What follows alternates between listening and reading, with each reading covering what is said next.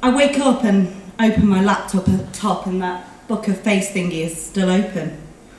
I don't switch it off because I'm still waiting for likes on last night's post, still hoping.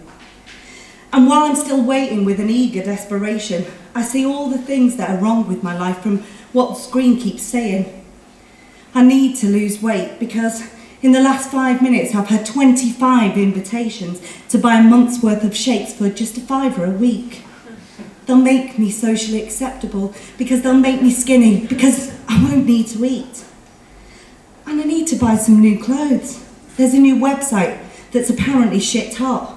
You can get them delivered the next day and start looking like everybody else straight away. Hot to trot. And it also tells me that I'm a shit mum. Because my kids are still in their pyjamas watching crap on telly. And all these mums on here, they've been the beach and the forest and got shitted up catching crabs in their wellies. In the first week of the summer holidays, they've already been to 14 different places, took endless pics of their perfect cherubs, happy, fulfilled little faces. And mine are upstairs in pyjamas, ripping off each other's faces, acting like feral little disgraces. My life pales into comparison to these on-screen examples. It's boring, inept, and not nearly ample. Oh dear. Blank page, double-sided printing. No, blank page. Oh, sorry. Bear with.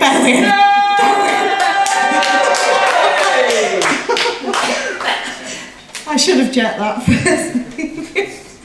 I lost my rhythm there. So anyway, then briefly, I look up and I stare around me, and I remember my wonderful existence.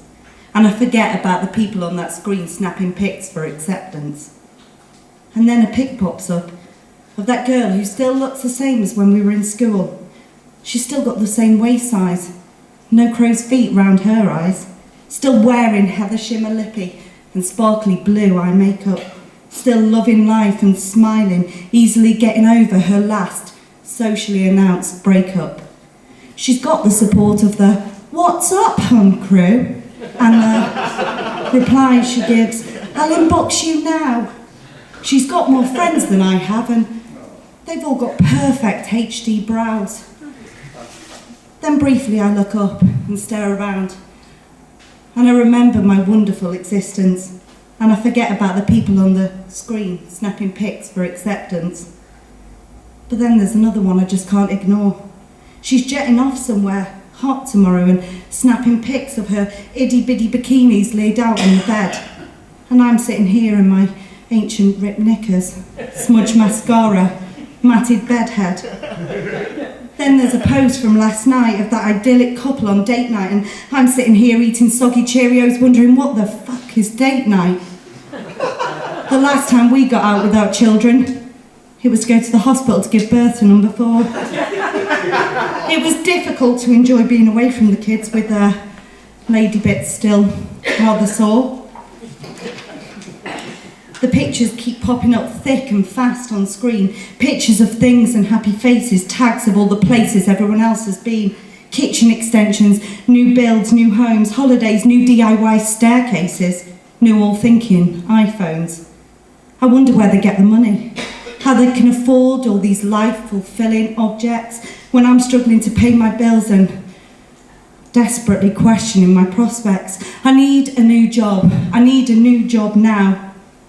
Then there's a post about her new job. Cow. This thing on this screen, it's breeding jealousy that I can feel crawling all over my unwashed skin, making me want to put something about my daughter's head teacher award just to get my 2 pence worth in. I want to switch it off before it drives me into a spiralling depression, to switch it off before I reply to that post and get into a nasty keyboard warrior slanging session, but I can't. It's like my hands just can't do it. Instead, I keep staring at all the things that everyone else is doing, while my kids' screams are getting louder because another fucking fight is ensuing. And I know that I should switch it off and deal with their never-ending rows, but an advert just popped up for 20% off HD brows, and it's right near where I live, so I could get them done and snap me a load of selfies. instead of sitting, staring at the screen in my nightie, drowning out my kids' noise, being selfish. The pictures keep coming of all sorts of dinners, of stuff, of long legs and feet soaking up sun and tiny bikini-clad muffs. And I keep on sighing for the things that I can't be bothered to do, and under my breath keep muttering, screw you, at pictures and pixels. Then before I know, I'm mopping up my own tears after watching that post about a battered child, feeling hollow and dark about the world and its people and the victims defiled. My mind's forgetting about the beautiful things in this world, being replaced by stories of loss, cancer, and the forced marriages of 10-year-old girls.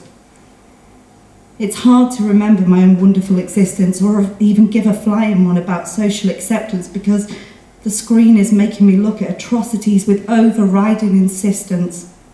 And while I stare at this screen, I can't help but believe the rumour mill that is the book of face. It's almost become the oracle, the Quran, the Bible, the instrumental cyber guidance of our dysfunctional modern race.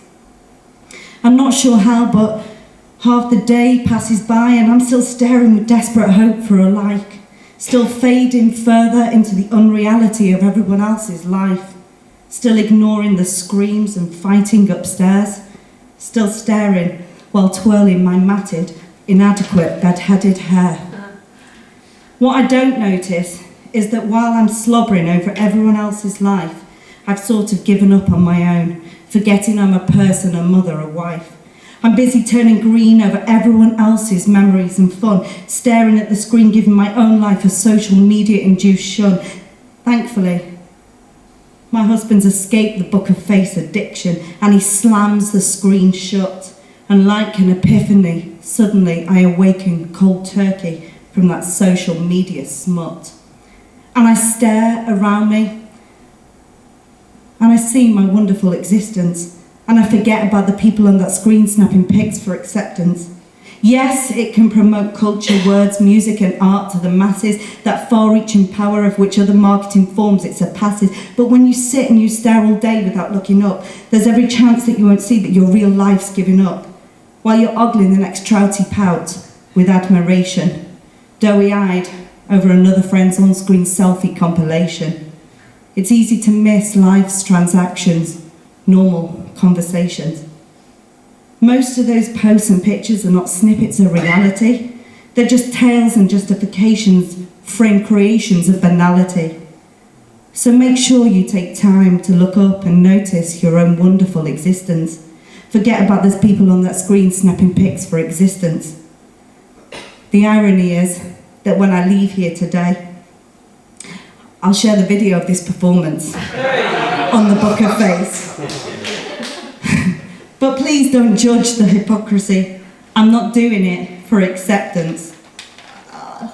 Sorry. I'm not doing it for acceptance. I'm just trying to put all that all-consuming platform to good use.